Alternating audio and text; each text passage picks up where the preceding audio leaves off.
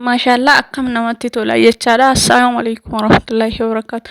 Jira jirtu amantiif kutaan osoo addan qoodiin boota jirtan maratti nagaa fi kabajaan kiyya isin bira haa ga'u isiniin jedha. Hordoftootaa fi kabajamtoota maatii kiyyaa viidiyoo kiyya kana laayik godhuun seenaatiin hamma dhumaatti na wajjin turaa isiniin jedha. Har'a ajaja maggaarrajaa qaba tureyyuu kan tanaan dura ajajeetu jira. Isa fuudhuuf yeroo dhaqamuutuyyuu maggaarrajaadhaan hedduu namatti tottolanii carqiin filannoof dhihaatanillee kan baay'ee nama hawwisiisanii fi kan baay'ee namatti tolan jechaadha. Eegasu maaliif hordoftoota kiyyaaf hin mul'isne jedhee viidiyoo qabadhee isinii dhufee jira jechaadha. Viidiyoon kiyya kun yoo isinitti tole laayik godhaa. Hiriyoottan keessaniifillee sheer naa godhaa jechaadha. Namootaan baay'eetu kan irraa fayyadaman jirani akkasuma mootiyyoo warroonni chaanaalii kanaaf haaraa taatan viidiyoo kiyya saabskiraayib godhaa. Hiriyoottan keessaniif sheer godhaa. Warroonni maatii kiyya taatan immoo laayik godhaatiin akka namootaan hedduu biratti faffaca'uu naa taasisaa isiniin jedha. Achumaan immoo maggaarrajaa kanneen akkatti isaan babbareedan laala baay'ee kan namatti tolan jechaadha. Maggaarrajaa hedduu namatti toluu fi hedduu babbareedoodha jechaadha. Mana keenya keessatti kan osoo qabaanne jedheetiin kan nama hawwisiisudha jechaadha. Laalame bifni isaa yoo jettan, hodhaan isaa yoo jettan, qumatiin isaa kan baay'ee namatti toludha jechaadha. Hedduu nama ajaa'ibsiisa. Majlisa keessa wajjin, firaashii keessa wajjin yeroo maachii godhachuu barbaadanillee carqeedhaan baay'eetu filannoof kan dhihaateetiin lafa jiru jechaadha. Osoo hin turin yeroo muraasa keessatti kan isinii bahuu danda'u kan baay'ee namatti toludha. Bifni isaallee kan baay'ee namatti tolu jechaadha. Diizaayinii isaallee haaraa baay'ee kan namatti toludha jechaadha. Kanaaf hordoftootaa fi kabajamtoota maatii kiyya maggaarrajaadhaan akkanatti babbareedan kun akka isiniin jala hin tarre isiniin jedha. Hiriyoottan keessan jalallee akka hin tarre kanaaf sheer godhaafiitiin haa ilaalanii yoo isinitti tole mootuyyuu narraan argachuu hin dandeettan isiniin jedha. Lakkoofsa bilbilaa kiyya asirra isinii kaaya.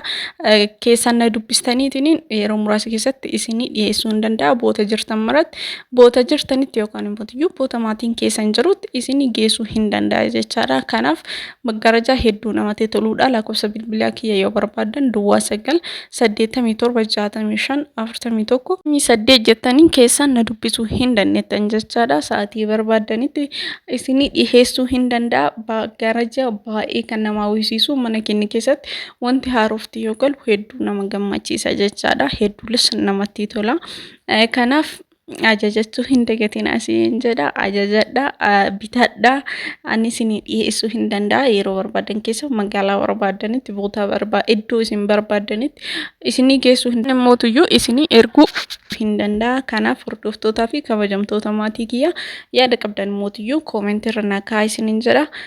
Warroonni viidiyoo yoo hojjettu sagaleen kan kee hin jarjarsitaa warroonni jettanii koomentii irra kaastan dhiifama isin gaafadha jechaadha. Asumaanii biraas wanti balleessu yookaan wanti dogongore yoo jiraate koomentii irra naa kaa'urraa of duuban deebina. Yaada keessan kan nama hundaatuyyuu hin fudhadha jechaadha. Maggaarrajaan ani fudhachuuf dhaqe yookaan immoo ajajadheetiin ture kana fakkaata jechaadha. Maashaallah hedduu kan namatti toluu fi hedduu bareeda godhanii na hojjetanii baasanii jiran jechaadha. Laala gabariin isaatuyyuu yoo keessi isaatuyyuu addatti maggaarrajaa tokko kan ta'udha jechaadha.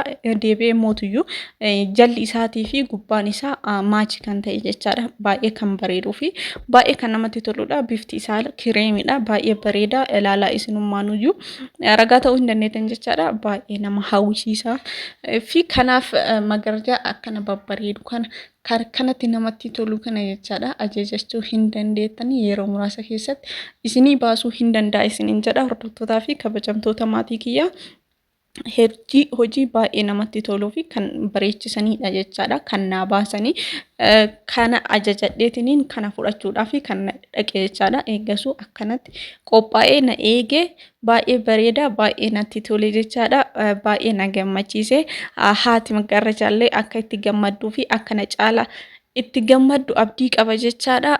Inshaallah.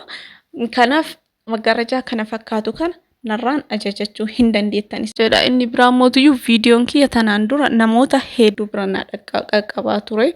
eeggasummootuyyu idduudhaan seera yuutuubii guuttachuudhaaf 15 tokko addaan kutee ture jechaadha. Sababuma saniif ilaalchi viidiyoo kiyyaa hedduu gad na jalaa hir'ate, hedduu gad na jalaa qannasee jechaadha. Kanaaf hordoftootaa fi kabajamtoota maatii kiyyaa rabbii gaditti durallee ka'asiin naga'e isin jechaadha. Ammallee mootiyyuu isinuma qaba. Kanaaf natti hin jabaatina. Viidiyoon kiyya akka duraatitti kan duraa caalaayyuu jechaadha. Akka naa laallamuu fi namootan hedduu bira naa ga'ee sabskraayibiin kiyya naa guddate, laayikiin naa gootaniitiin baay'inaan sheer naa godhaatiin akka viidiyoon kiyya sirrateetiin kan duraa caalaa ilaalchi isaa akka naa dabalu akka naa gootan kabajaadhaan isin gaafadha jechaadha. Wanta adda addaa yoo barbaadan meeshaalee adda addaa majlisa irraa ta'ee, farniichara irraa ta'ee, elektirooniksii irraa ta'ee, wanta akka firiijii, paatiraa, daaboo, meeshaalee shaklaa irraa ta'ee hunduma isaatuyyuu yoo barbaadan na biratti argachuu hin dandeettan jechaadha. Wanti barbaadanii na biraa dhabdan kamuyyuu hin jiru. Wanta akka isinii fiduu yoo barbaadanillee jiraatellee koomentirra naa kaa'aa kana nuu fidii kana nuu dhiheessi jechuu hin dandeettanii. Gatii meeshaalee illee yoo barbaadan keessaan nu dubbisuu hin dandeettan isiniin jedha. Hunduma isaatuyyuu isinii hima jechaadha. Maggarajaan kadhan kunniin carqiin isaa kanniin fakkaata, kan hedduu namatti toluu fi baay'ee kan babbareedudha jechaadha. Kun ifaati keessattuu carqii hedduu namatti tolu jechaadha. Qofaa miti kan biraallee hahaarofti kan yeroo dhihootti galaniitu jira jechaadha. Kanaaf kanniin keessa filattanii warroonni ajajachuu barbaadan lakkoofsa kiyya kan isinitti hime yookaan immoo asirratti kan isinii maxxansisaniin na dubbisuu hin dandeettan jechaadha. Wanta barbaadan ajajachuu hin dandeettan.